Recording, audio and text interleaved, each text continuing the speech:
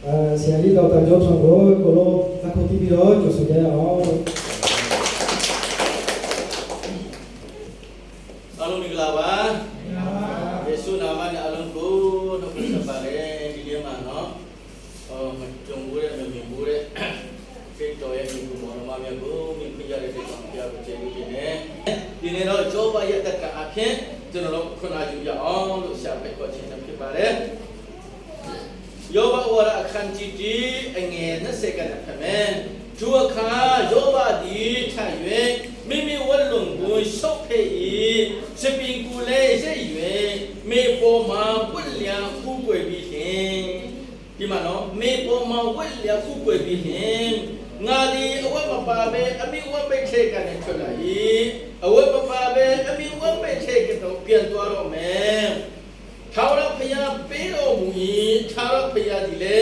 စိတ်ပြင်တော်မူ၏ထာဝရဘုရားရဲ့နာမတော်သည်မင်္ဂလာရှိပါစေတည်းဟုဆိုလေ၏ယောဘသည်ဤအမှုများနဲ့တွေ့ကြုံတော်လေမမာယွင်ထာဝရဘုရားကိုလည်းမပစ်အပစ်မတင်ပဲနေ၏ဖတ်တော်ကြောင့်ဘုရားဖြင့်အကျိုးရှိတဲ့လူပြတ်ကောင်းဖြစ်ပါစေကျွန်တော်ဒီနေ့ဆရာပါဟောခြင်းတည်းလဲဆိုတော့ရှင်တန်တော်ကုကွယ်ခြင်းပေါ့နော်ကျွန်တော်တို့ကမှစက်ဆာမအများကြီးတွေ့ခဲ့တယ်ရှင်တန်တော်ကုကွယ်ခြင်းရှင်တန်တော်ပေကန်ခြင်းရှင်တန်တော်ပူဇော်ခြင်းရှင်တန်တော်ဆုတောင်းခြင်းနော်ရှင်တန်တော်ဝတ်ပြုကုကွယ်ခြင်းရှင်တန်တော်ချီးမွမ်းခြင်းဆိုပြီးတော့လောကပတ်တော်မှာအများကြီးရှိတယ်ဒီနေ့အတင်းတော်အများကြီးမှာဖျားကူလေရှင်တန်တော်ဝတ်ပြုခြင်းမရှိတော့ဘူးရှင်တန်တော်ချီးမွမ်းခြင်းလည်းမရှိတော့ဘူးရှင်တန်တော်ချီးပူဇော်ခြင်းလည်းမရှိတော့ဘူးအတခါတလေလူငယ်ချင်းမှာခရစ်စမတ်ပွဲတော်နှစ်တိကူပွဲတော်ဘောနော်တခါတလေအရှင်ပြထမျိုးရဲ့နဲ့ Good Friday တော့မှာပဲဖျားကြောင်းလာကြတယ်အတင်းကိုတင်တာရများအတခါတလေအဆူတော်ရီလာတယ်ဘောနော်တခါတလေဘာလဲevangelity ဟိုဖက်ကနဲ့လာဟိုဖက်ကနဲ့လာရရှိမှာအဲ့ဒီတရီကြီးကြောက်မှာပဲဖျားကြောင်းကိုရောက်လာတဲ့လူတွေများအဲ့ဒါကတော့ဇာတိပကတိနဲ့အသက်ရှင်တော်နာမေခခရိယာနေဖြစ်ဒုတိယပူစုရကတော့နော်ဘုရားကျောင်းတော့တက်တယ်ဒါပေမဲ့သူမြတ်တရားဟောတဲ့ချိန်မှာသူမြတ်တခြင်းဆိုတဲ့ချိန်မှာသူမြတ်တဲ့ခံပြီးတော့ကျက်စာဖတ်တဲ့ချိန်မှာနေတာရှင်မပေါ်ကြည့်လိုက်တုံရလည်းနားထောင်လိုက်သူမြတ်ကကျွန်တော် Facebook ပေါ်ထဲမှာတင်ထားတဲ့ကို like လုပ်ခဲ့တယ်လား comment လုပ်ခဲ့တယ်လားဆိုရအမျိုးနဲ့အမေဒါ Facebook ပေါ်ပြီးတော့နော်နေတဲ့လူတွေများကြီးကျွန်တော်အဲ့ဒီလူတွေကပူဆူတယ်နော်ဘုရားကျောင်းမတက်တာတက်အဲ့ဒီတက်တဲ့လူကပူဆူတယ်သာသမာနကအတုံးပြုချက်ချင်နော်သူမျိုးဆူတော်တဲ့ချိန်မှာလည်းဘယ်သူဆူတော်လဲဆိုတော့သူမျိုးကြည့်လိုက်ဟိုရှိကထန်တဲ့လူတွေကိုကလိလို့လိုက်နော်စကားတယ်လေရှိကထန်တဲ့လူကိုစပင်းရွှေ့လိုက်နော်ဘုရားကျောင်းပြီးမှမင်းအရာကြီးအားလုံးကိုလည်းဘုရားကျောင်းမှာအတူတူထိုင်နေတယ်ခင်ဗျားဘယ်နဲ့ပြန်ပါလို့မလဲအဲ့ဒီလိုနော်အရှင်ဘက်ကခင်ဗျားဘယ်လိုချိန်နေကောင်းလားဘုရားကျောင်းမှာမင်းဆရာမလူဘူးလေနော်ဘုရားကျောင်းပြီးမှမင်းလေးပေါ့ဒါမှမဟုတ်ရင်အစီအစဉ်မဆက်တင်ခဲ့လဲမှာအော်ဒီနေ့ဘုရားကျောင်းတက်လာတယ်ကျေးဇူးတင်တယ်ဘုရားကောင်းချီးပြပါမစဲဘယ်လိုလဲအလောစကိစ္စရှင်းပြီလားမင်းကြလိုက်ပေါ့ဟုတ်တယ်မလားဒါမှမဟုတ်ဘယ်နဲ့ဘုရားကျောင်းလာတက်ပြီးတော့တချင်းဆူတဲ့ချိန်မှာဟာကျွန်တော်တို့မနေ့ပြန်ဘယ်လိုလုပ်မလဲတချင်းဆူရင်းနဲ့နော်အဲ့လိုမျိုးမြင်ကြတယ်ယုံကြည်သူတွေမှာအများကြီးရှိတယ်အဲ့ဒါတော့ဆရာဒီနေ့ခုနပဲချင်တာကရှင်တန်တော်ကုကွယ်ချင်းဆိုတာပါလေကျွန်တော်တို့ဘုရားကိုကုကွယ်ကြတာလေအားလုံးကဘုရားကုကွယ်လို့ဒီနေ့ကိုနေနဲ့ကိုကြည်ကိုလာတာဒါပေမဲ့ဒီကိုဒီနေ့ကိုနေနဲ့လာတဲ့ကိစ္စကပါလေဒီနေ့ကိုနေနဲ့မှာဒီကိုကြောက်လာတဲ့အကြောင်းရင်းကပါလေနော်ဒီကိစ္စကဘလူးဘယ်လိုရှိလဲဒီနေ့တော့အဆူလိုလာတော့ဒီနေ့တော့ဟောဆာလာမမူလို့အဲ့ဒါကြောင့်ကျွန်တော်တို့ဘုရားကြောင့်ကိုလာမယ်ရှင်နော်အဲ့ဒီဝတ်ပြုတ်ခြင်းဟာအဲ့ဒီကုကွယ်ခြင်းဟာအဲ့ဒီချီးမွမ်းခြင်းဟာရှင်တန်တော်ဝတ်ပြုတ်ခြင်းကုကွယ်ခြင်းချီးမွမ်းခြင်းမဟုတ်ဘူးဆိုတာဒီယောဘရဲ့တက်တာမှာကျွန်တော်တို့တွေ့ခဲ့ဒါဆိုရင်ဟာယူတော်ဝတ်ပြုတ်ခြင်းကုကွယ်ခြင်းချီးမွမ်းခြင်းရှိတယ်တစ်ဖက်ကလည်းပြောမယ်ဆိုတော့မရှင်တန်အတေတော်ဝတ်ပြုတ်ခြင်းကုကွယ်ခြင်းချီးမွမ်းခြင်းရှိတယ်ဆိုတာကျွန်တော်တို့နှုတ်ကပတ်တော်ထဲမှာအများကြီးတွေ့ခဲ့ဆိုတော့ဖျားကိုပုတ်ပွေတယ်စုကလေးကဖျားကြောင့်ရောက်တယ်အလူငွေထဲတယ်ဆိုရအမေဆူတော့တယ်ဆိုရအမေလုံးဝမပြီးဘူးအဲ့ဒါတွေကမရှုံချီသူတွေလောက်လာတာလေကျွန်တော်တာနာကွေးမှာရောက်လာတဲ့ချိန်မှာအထမင်းစားဖိတ်ကြတယ်အားတဲ့ချိန်မှာသူတို့လာကြတာခရစ်စမတ်လို့ဆိုတော့သူထောင်ပေါ်မဲ့ဆိုလာပြီးတော့အထမင်းကျွေးပြီးမှလက်ဆောင်ပေးတဲ့ချိန်မှာသူတို့ကားရဲကုန်ကြတယ်လက်ထုတ်ကြည့်ကြတယ်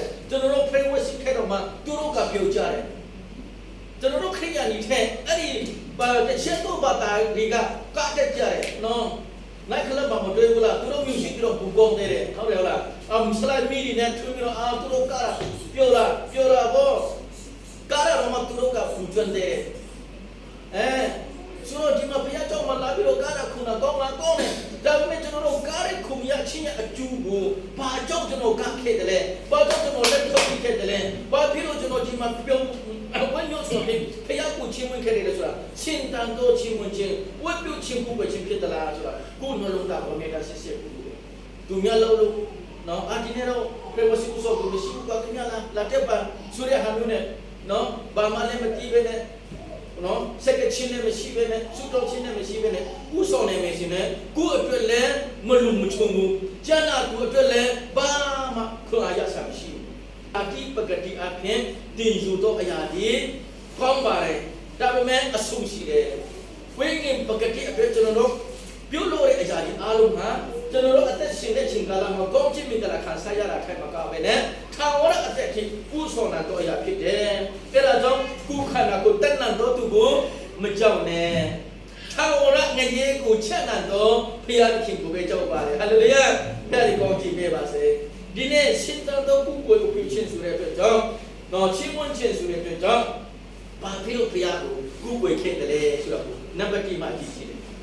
ဘာဖြစ်လို့ဖျားကိုကိုယ်ခဲ့တယ်လဲကျန်တဲ့လူတွေအလုံးကလည်းတစ်ချက်ပါတာတွေကလည်းဘာဖြစ်လို့ဘုရားကိုကိုယ်ခဲ့တယ်လဲ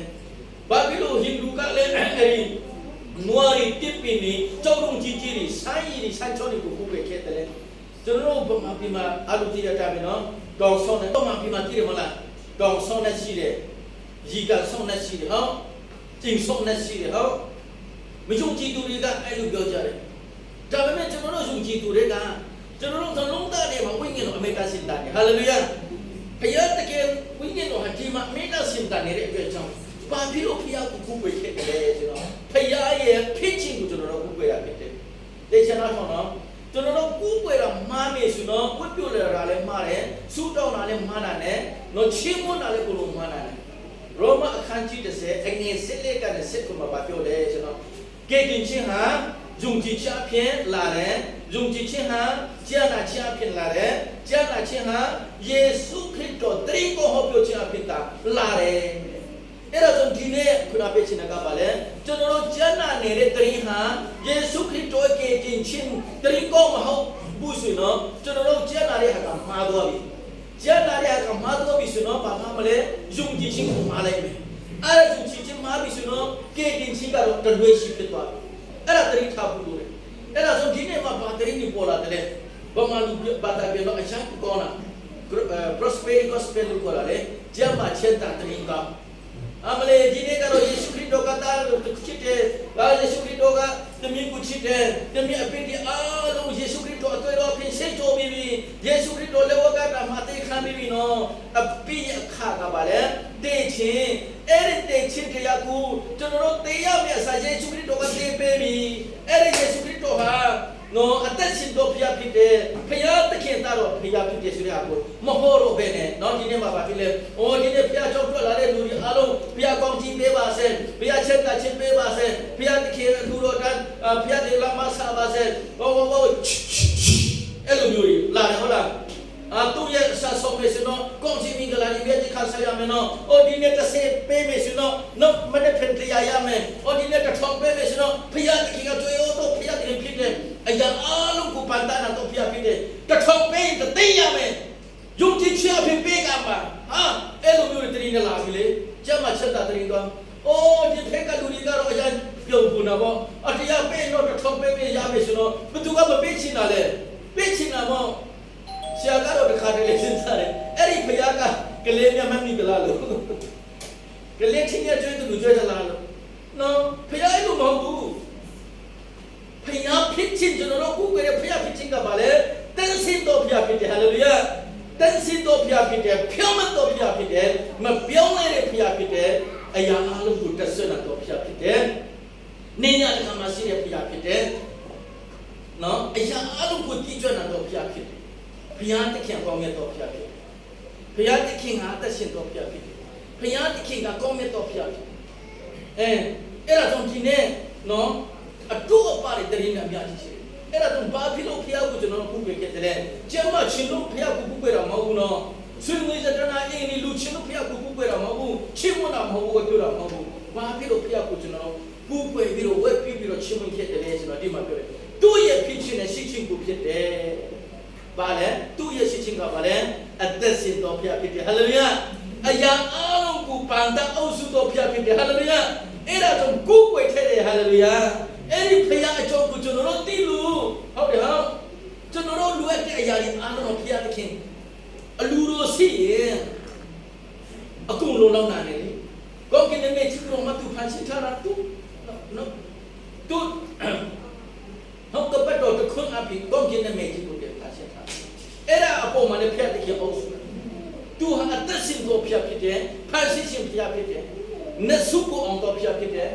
အပိတရားကိုလည်းအောင်တော်ဖျားဖြစ်တယ်ဒီလောကကိုတော့မအောင်ပြီးတော့တေချစ်ကိုတော့မအောင်ပြီးတော့ရှင်ပြန်ထမြောက်တော့ဖျားသခင်ဟာအသက်ရှင်တော်ဖျားဖြစ်တဲ့တော့ကျွန်တော်တို့ကိုကြွယ်တာဖြစ်တယ်ဟာလေလုယာဒီနေ့လာကြတဲ့တာသမီတော်နော်ဖျားကိုကိုကြွယ်တာဝတ်ပြုတာနော်လာမယ်ခံစားရမယ်ကောင်းခြင်းမင်္ဂလာပဲဖျားကိုကိုကြွယ်တယ်ဝတ်မပြုံးနဲ့မချင်မနဲ့ဖျားသခင်ထမခံစားရပြီးတော့ကောင်းခြင်းမင်္ဂလာကိုကြီးကျွေးမယ်ဖျားကိုဆက်လက်ပြီးတော့ကိုကြွယ်ကြရအောင်ဆိုပြီးတော့ဒီနေ့ခွင့်အားပေးခြင်းကျွန်တော်အပေါ်မှာဖျက်ခင်ဘလို့ကောင်းမြတ်ခဲ့တယ်လဲဆိုတော့ကိုစဉ်းစားရင်းနဲ့ကျွန်တော်ဖျားကိုဆက်လက်ပြီးတော့ချင်းဖို့ခွင့်အားပေးခြင်းရှင်တန်တော့ဝိပုချင်းကိုကြွယ်ခြင်းဟာဒီယောဘတက်တာထဲမှာကျွန်တော်တွေ့ခဲ့တယ်ယောဘမှာနော်အရှိပြီမှာသူကနော်နာမည်ကြီးတော့သူကြောက်ဖြစ်တယ်နော်အရှိပြီမှာတိုင်းပြီမှာနာမည်ကြီးတဲ့လူကြောက်ဖြစ်တယ်နော်အဲ့ဒါနာမည်ကြီးတာတော့မကဘူးသူမှာတစ်ထစ်တယောက်ဖြစ်တယ်သူမှာနွားရှင်ပေါ့နော်9000ရှိတယ်သူတို့အကောင်ဆိုတော့1000ပေါ့ပြီးတော့လာသူ9000ရှိတယ်ပြီးတော့ကလောက်ဆိုတဲ့ဟာက3000ရှိတယ်ကျွန်တော်တို့ဘာမှပြမှာတော့ကလောက်ကဒီစာချုပ်မှာပဲဖြစ်တယ်မိမဆိုတာက900ရှိတယ်ဒါတော့မကဘူးတား9ယောက်နဲ့တမီ3ယောက်ရှိတယ်10ယောက်ဘယ်တော့တစ်ထဲလဲအဲ့ဒါတော့ယောဘအတက်တာကိုကျွန်တော်ပြောချင်တာက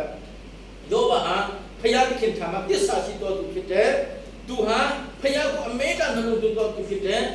ယောဘဟာဖျားကိုရှင်တန်တော်ကူဝေဝတ်ပြုချင်းဝင်ချင်တာဖြစ်အမေကဖျားကိုနှလုံးသွင်းပြီးတော့လောကပတ်တော်ရတဲ့ရှင်တော်ဖြစ်အဲ့ဒါတော့ဖျားသခင်ကစာတာမနာကိုပြောတယ်စာတာကျွန်တော်ရတာယောဘကိုမြင်ဘူးလားဟာမြင်တော့သူကကျွန်တော်သိတာဟောဒီလိုကောင်းခြင်းမင်္ဂလာခံစားရတဲ့ဟာကိုသူတော်မှကြည့်တယ်9000သူရလာရီမီတော့မှ3000ကလောက်တော့မှ3000မိမဆိုတာတော့ကောင်းတော့မှ900အကောင်900ဒီလိုတာတမီတာ9ရောက်တယ်တမီ3ရောက်ပဲထားတာဒီလိုကောင်းခြင်းမင်္ဂလာခံစားရတာဖျားကိုချီးမွမ်းမှာပေါ့ဖျားကိုပြုမှာပေါ့ဖျားကိုကူပွေမှာပေါ့တိတော်ဘောရုပ်အကြောင်းနေတကယ်လို့နော်အဲ့ဒီအကောင်ကြီးအားလုံးကသူ့မှာဘာမှမရှိဘူးဆိုတော့ဖျားခင်ကိုလုံးဝဗါလဲအပိတိမီတော့ဖျားကိုမာယုံမှာဖျားကိုဆွတ်လို့မတေချရဲစာတမနာကပြောတယ်ဒါဆိုရင်သွားပြီးတော့သူ့အသက်ကိုမထီနဲ့သူ့ကိုခန္ဓာကိုမထီနဲ့သူ့ပန်ဆန်တည်းများတွေအားလုံးကိုတော့ခင်ဗျလက်ထက်မှာအဲ့ဒီဘုရားသခင်ကစာတမနာကိုပြောတယ်နော်ဒီမှာတချို့လူတွေကမာယုံတာကိုကြည့်တယ်ဒီမှာပြောချင်တာပါလဲဆိုတော့ဒီလောကရဲ့အရာအလုံးဟာစာတမနာကပိုင်နေဆိုတဲ့အယူဝါဒရှိတယ်မဟုတ်ဘူးစာတမနာဘာမှမရှိဘူးကောင်းကင်ကတော့မှဒီမေကြီးကိုဆွပြပိတာဖြစ်တယ်နော်ကပ္ပဦးချက်ထဲမှာပြောလဲလူသားကခမည်းရခေါင်းကိုဗာလဲကြိုက်မယ်အဲ့ဒီမွေကလူရဲ့ချက်ပလုံးကိုပေါက်မယ်ဟုတ်ပြီသူတို့လက်ဝက်ကတာမှာယေရှုခရစ်တော်ကစာတန်ရဲ့ခေါင်းကိုပါဖြစ်လဲကြိုက်သွားပြီတောင်းနဲ့အဲ့ဒီစာတန်ကတေးလားမတေးဘူးမွေတက်တဲ့မွေထပ်တက်ပူတဲ့လူရှိလားဒီမှာယောမနေရုကပဲပြမွေတက်ပူကျတယ်နော်ကျွန်တော်တို့မွေကိုတက်ပြီဆိုတော့သူ့ခေါင်းကိုမဖျက်နိုင်ဘူးကြည့်အောင်ကျွန်တော်လောက်ထားတယ်နော်အဲ့ဒီချိန်မှာမွေကတေးလားမတေးဘူးသူ့အမိပိုင်းကအမေတန်ဆောက်တယ်ဟုတ်တယ်ဟုတ်ဒီနေ့စာတန်မလာကပါကူမမရှိတော့ဘူးသူခေါင်းကိုယေရှုခရစ်တော်ကလက်ဝက်ကတမထိပ်ပြီးတဲ့ဖြစ်တော့ကြောင့်သူ့အမိပိုင်းကမတည်သေးဘူးနော်အဲ့ဒါတော့စာတန်မလာရဲ့အမိတကလောက်တာနဲ့ကျွန်တော်လေးတန်နေနော်ဒါပေမဲ့အဲ့ဒီစာတန်ကအစိတ်မရှိတော့ဘူးဆိုတာဒီနေ့ဝယ်ခံရအောင်ဟာလေလုယာအဲ့ဒီစာတန်ရဲ့အစိတ်ကလုံးဝမရှိတော့ဘူးဒါပေမဲ့သူ့ရဲ့ခွန်အားရှိသေးတယ်သူ့ ရဲ့မိပန်းထောက်တဲ့ကျွန်တော်တို့ကဖက်တို့လေဒီနေ့ဖျားကြောင့်မတဲ့ဒီနေ့လူဝင်မထဲနဲ့ဒီလာတော့စေဖို့သူမထဲနဲ့ကွာသူပြီးတော့စာတန်မာနရဲ့မိကကျွန်တော်အမေတန်ချိန်လိုက်တယ်အဖျားကြောင့်မတော့ဘူးကွာဒီနေ့တော့ကျွန်တော်ရှိလိုက်သူပြီးတော့ဘာလဲနည်းနည်းပါချက်ရအောင်နေ့တည်းနေ့တိတ်ကူပဲစာတန်မာနကသူ့မှာအစိတ်မရှိတော့ဘူးသူခေါကယေရှုခရစ်တော်ကကြိတ်သွားပြီသူရဲ့ခုခန္ဓာပဲဟုတ်တာဖြစ်တယ်လုံးဝကြောက်ရှောင်မရှိဘူးဟာလေလုယာစာတန်မာနလုံးဝမကြောက်နဲ့ကျွန်တော်အထိတ်မှာဝိညာဉ်တော်ဘုရားအသက်ရှိတော်ဘုရားရှိတယ်ဆိုတာကိုမေတ္တာဝေခါပါအဲ့ဒါကိုယောဘကတော့ပြောပြီးတော့ဘုရားသခင်ကအဲ့ဒါကိုဒီလိုလေယောဘကစာတန်ကဘာမှမလုပ်နိုင်တဲ့အတွက်ကြောင့်စာတန်လက်ထက်ကဘုရားသခင်အတ္တဖြစ်တယ်ယောဘရဲ့ပါစံချက်ခါရရကိုစာတန်မာနကလုံးဝမဖြစ်ရှိတာကိုဒါပေမဲ့ဖြစ်ရှိခွင့်ကိုဘုရားသခင်ဖွင့်ပြလိုက်တယ်ဒီခါတလေကျွန်တော်တို့ရှိမှရှင်ရတော့ခါရောက်လာတယ်ဒီလောကဖြစ်တဲ့ကြောင့်ဖျားလာလိမ့်မယ်ဒီလောကဖြစ်တဲ့ကြောင့်ဒီခါတလေလောက်မရှိပဲနဲ့နော်လာစာမရပဲနဲ့နော်တလားမှာရပ်ပေါင်း20မှာသူလည်းရပ်ပဲအလုပ်လုပ်ပြီးတော့နော်စာဖူတော့ဖူအင်္ဂါဘူးနော်လက်မီတာခါရီဂျီခါရီပေးဖို့တခါတလေဝန်နေပြီးတော့စိတ်ချလာတဲ့အချိန်များကြည့်ကျွန်တော်တို့တွေ့မှာဘာဖြစ်လို့လဲဒီလောကဖြစ်တယ်ဆိုတော့မေတ္တာကျွန်တော်တို့ပြရဖို့ကျမချက်တာတင်ကောင်းကားမှာကျမမဲချက်တာမဲနော်ကောင်းချင်းမင်္ဂလာခံစားရမယ်ဆိုတာအမျိုးအမေတန်ချနာလာတဲ့အချိန်မှာအဲ့ဒီအချိန်မှာတကယ်လို့မြဖြတ်ခဲ့တော့ကျွန်တော်ဓမ္မကဘာဖြစ်လို့ဖြတ်ခဲ့တယ်ချက်ဖို့တခုလေးထဲတယ်ဘုရားကြောင့်လည်းပုံမှန်တက်တယ်နော်တချင်းလည်းမေတ္တာရှုတယ်ပရိဝရှိပုဆောင်နာမယ်တခါတလေတရားလည်းဟောတယ်ဘာဖြစ်လို့ကျွန်တော်ဓမ္မဖြတ်ရလဲဘာဖြစ်လို့ကျွန်တော်ဓမ္မတို့မိသားစုကဒီလားယောက်ျားအလုပ်မရှင်ပြရလဲမိမအလုပ်ကဘာဖြစ်လို့ရှင်ပြလာလဲဆိုပြီးတော့ဖျားကိုအမေတန်ဘယ်လိုပြောမလဲအဖျားမကောင်းတူလူပဲပေါ့နော်ဖျားတခင်ကကျွန်တော်တို့ကိုမချစ်တူလူပဲကျွန်တော်အမေခံစားရတဲ့ချစ်ကားဖြစ်အဲ့ဒါကစာတန်မာနရဲ့ဆုစံတော်ချက်ဖြစ်တယ်ယုံကြည်သူတတ်တဲ့မိရီအားလုံးအတွက်ကန်ဆူးတယ်ကန်ကောင်းတယ်ဆိုတာမရှိဘူးကျွန်တော်တို့အတွက်အကောင်းဆုံးပြတ်တဲ့မေတ္တာပြင်ဆင်ပေးတယ်ဟာလေလုယာဘုရားသခင်ကသူ့တတ်တဲ့မိရီအတွက်အမေတ္တာအကောင်းဆုံးကိုပြင်ဆင်ပေးတယ်ဘုရားဖြစ်တယ်ယောဘရှိမှတွားပြီးတော့တခါလေလာပြီးမှဘာဖြစ်လဲမီဒီယာတွေလာတယ်သူကလောက်ကိုမွန်တပ်ပြလဲနော်ဆေးဘာလူမျိုးတွေလာလဲတခါလေနွားကိုမွန်တပ်ပြလဲကောင်းကင်ကနေမိချပြီးတော့လာရီကိုမွန်မျိုးအောင်တက်ပြလဲသူ့ကျွနေလည်းကိုမွန်တပ်ပြလဲတခါလေနဲ့လေပူတတ်တိတ်လာတော့သူ့တာတယ်မီတော့ကိုမွန်တယ်သွားတခါထဲမင်းတော့1မိနစ်ထည့်ပေးတော့ကြားတယ်နော်နောက်တော့အဲ့လိုမျိုးဖြစ်တဲ့သူ့ရဲ့ကိုမွန်မျိုးလောင်းနဲ့အဲ့ဒါတရင်ပူပူကျွန်တော်တယောက်ထည့်ပေးချင်တယ်သူလာတဲ့ချိန်မှာတရင်ပူတာတော့မပြီးသေးဘူးနောက်တော့ပြီးလာတယ်အဘယောမနွားတွေကနွားရှင်တွေကဟိုမှာလေထွန်းတဲ့ချိန်မှာကလမာရီကကလောက်ဒီကအနာမှာသူတို့မျက်စနေတဲ့ချိန်မှာမီဒီယာလူမျိုးတွေလာပြီးတော့အကုန်လုံးကိုတက်ပလိုက်တယ်နော်နွားကြောက်တဲ့လူတွေနော်လာကြောက်တဲ့မီကြောက်တဲ့လူတွေအားလုံးကကုန်တက်ပလိုက်တယ်ကျွန်တော်ပဲတရင်ပူပူထွက်ပြီးတော့ပြီးလာတာအရာမော်ရအခုတည်းပြီတရင်လာပူတဲ့ချိန်မှာမပြီးတဲ့ဘူးသူစကားတော့နောက်တယောက်ပြီးလာတယ်ယောဘဒီနေ့တော့မဆေးဘာလူမျိုးတွေလာပြီးတော့နော်ကလောက်ကောင်ကသူ့ထောင်ဟိုမှာသူတို့ကျဆာလာတဲ့ချိန်မှာအဲ့ဒီကလောက်တွေကိုအကုန်လုံးဖမ်းပြီးတော့ယူသွားလိုက်တယ်ကလောက်ကြောင်းတဲ့လူတွေအားလုံးကိုဖမ်းပြီးတော့ကုန်တက်ပြလိုက်တယ်ကျွန်တော်တယောက်ထဲပဲလွတ်ပြီးတော့ပြီးလာတာတရီပူသူ့စကားမဆုံးသေးဘူးနော်၃ယောက်စကားတော့မဆုံးသေးဘူးနောက်တယောက်လာပြီးတော့အဘကျွန်တော်အရာမောတယ်အရာနဲ့ကြောက်တယ်ဒီမှာတာသမီးအားလုံးဆေးလို့စလုံးအကြီးဆုံးအကွက်ကြီးဆုံးအိမ်မှာမြတ်ဆာဆာပွေလို့တယ်မိတ်ဆွေဆာပွေလို့တယ်သူတို့ပြုတ်ဝဲနေတဲ့ချိန်မှာလေမုန်တန်းကြီးတိတ်လာတော့အိမ်ကြီးအကုန်လုံးပြုတ်ပြီးတော့တာသမီးအားလုံးတည်သွားတယ်ယောဘဘယ်လိုခံစားရပါလဲယောဘဘယ်လိုခံစားရပါလဲ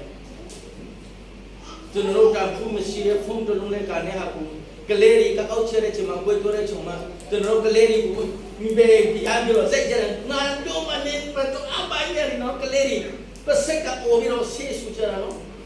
တထောင်တန်းဖုန်းကလေးတွေတတ်တဲ့မိကနော်သူကမတိဘူးလေသူကိုင်ရင်းနဲ့ပြုတ်ကြတာလည်းဖြစ်နိုင်တယ်ဟုတ်အဲ့ဒါတော့ကျွန်တော်တို့ဘယ်လိုစိတ်ဆူခဲ့တယ်ဘယ်လိုတော့ထွက်ခဲ့တယ်ကိုစားချစ်တယ်အားလုံးပဲကျွန်တော်တို့အားလုံးဒါပေမဲ့ယောဘကတော့နော်အဲ့ဒီတရင်ဆူရီကြအရန်ကိုဆူတဲ့တရင်ဒီလိုဆူတဲ့တရင်မရှိတော့ယောဘပြပြတာဆိုအရန်အလုံးပဲရှိကိုယောဘဘာပြောလဲအမိဝင်ပိတ်ထင်ကနေ ဝတ်ဆံပလာနဲ့ထွက်လာတယ်ဒီလောကကိုရှင်တဲ့ချိန်မှာလဲဒီကပဲရှင်လို့မှာပဲဖယားတခင်ပေးတယ်ဖယားတခင်ပြန်နေပြီလေဖယားတခင်နာမှာတော့ကောင်းခြင်းမင်္ဂလာရှိပါစေဟာလေလုယာအဲ့ဒီအကြောင်းကိုပါဖြစ်လို့ပြောနေတယ်မပြောခင်မှာသူကအဝတ်ကိုဆက်ပြီးမှနော်လေးလုံးပြီးမှဒုထုတ်ပြီးမှဖယားကိုဝတ်ပြူတယ်ဟာလေလုယာဖယားကိုကူးကွယ်ပြီးမှအဲ့လိုစကားကိုပြောဆိုတာဖြစ်တယ်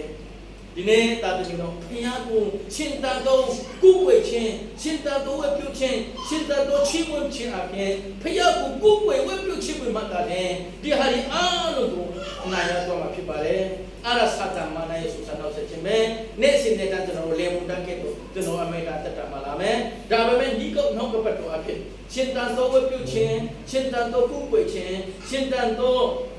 ရှင်ဝင်ခြင်းအပြင်အသက်ရှင်တော့တာတမီများဖြစ်စေဖို့ရန်ဒီနေ့ဂျောဘရဲ့တက်တာအဖြစ်ကျွန်တော်တင်ယူခဲ့တဲ့နောက်ကပတ်တော်အရောက်ရှိတာပေါ်ပါပြတဲ့ကောင်းချီးပေးပါစေကျွန်တော်တို့ဆက်လက်ပြီးတော့ပွဲတော်မင်္ဂလာပြုဆောင်မှာဖြစ်တဲ့အတွက်ကြောင့်ဆရာကျွန်တော်နဲ့ဆရာအေချန်ကိုဆက်ဖို့ကိုယေရှုနာမနဲ့ပြောပါရစေ